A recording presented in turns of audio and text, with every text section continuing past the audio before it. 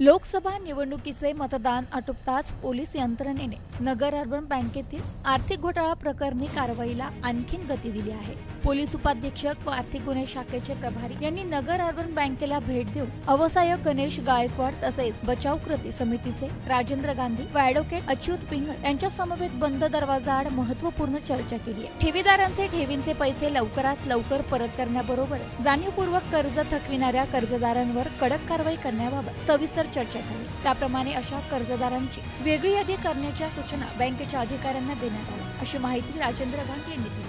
Forensic ऑडिटमध्ये आरोपींची नावे राहून गेल्याविषयी सखोल माहिती घेतली व नजीकच्या काळात ती नावे आरोपींच्या यादीत वाढली जातील, असे अमोल भारती यांनी सांगितले। अवसायक गणेश गायकवाड यांनी बँकेची आर्थिक परिस्थिती कागदावर खूप चांगली आहे, केवळ काही कर्जदार जाणीवपूर्वक वसुलीला सहकार्य करत नसल्याने बँकेची तरलता संपल्यामुळे बँक अडचणीमध्ये दिसत आहे। वसुलीबाबत सहकार्य न करणाऱ्या कर्जदारांवर कारवाई करावी लागेल, असे नमूद केले। बँकेची ऐतिहासिक व देखणी इमारत व बँकेचा वैभवशाली इतिहास ऐकून प्रभावित झालेल्या अमोल भारती यांनी ही बँक पुन्हा सुरू होण्यासाठी अवैसाकांना सर्व सहकार्य करणार असल्याचे सांगितले। बँक वाचवण्यासाठी व बँक पुन्हा सुरू होण्यासाठी बँक बचाव समिती करत असलेल्या प्रामाणिक प्रयत्नाचे कौतुक केले। बँकेला अडचणीमध्ये आणणारे संबंधित संचालक, काही वरिष्ठ अधिकारी व कर्जदार यांच्यावरील कारवाईला वेग दिला जाईल। लोकसभा निवडणुकीमुळे कारवाई काहीशी थंडावली होती, परंतु आता या विषयावर पूर्ण लक्ष केंद्रित करून फॉरेन्सिक ऑडिटरला नवीन कागदपत्रे पाठविली आहेत।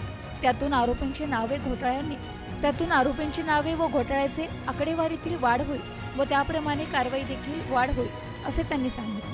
यावेळी ठेकेदार व बँकेची बाजू मांडताना राजेंद्र गांधी व ॲडव्होकेट अच्युत पिंगळे यांनी पोलीस तपासाला वेग दिला, तर ठेवीदारांना ठेवी लवकरच परत मिळेल व सोबत बँकेचे व सभासदांचे जाणीवपूर्वक करणे आलेले आर्थिक नुकसान देखील भरून निघू शकते व बँक पुन्हा सुरू होण्याचा इतिहास घडू शकते, हे आकडेवारीसह पटवून सांगितले। त्यावर अमोल भारती यांनी पोलिसांकडून सर्व प्रकारची मदत केली जाईल व बँकेला समक्ष भेट दिल्यामुळे अनेक गोष्टी समजल्या आहेत। वैभवशाली बँकेचे पुनर्जीवन झाले तर माझ्या उद्दिष्टाने देखील खूप आनंदाची बाब होईल, असे आश्वस्त केले, असे राजेंद्र गांधी यांनी सांगितले। Bureau report, news today 24 Ahmednagar.